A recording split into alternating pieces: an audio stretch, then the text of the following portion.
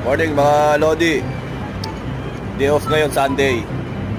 Then kahapon, pag nasa puerto lang is gagawin lang, no more maintenance. Ang gagawin lang is assist lang sa cargo operation, paglalagay ng mga stackers.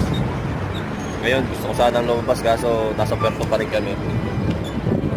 But anyway, dito naman mga idol,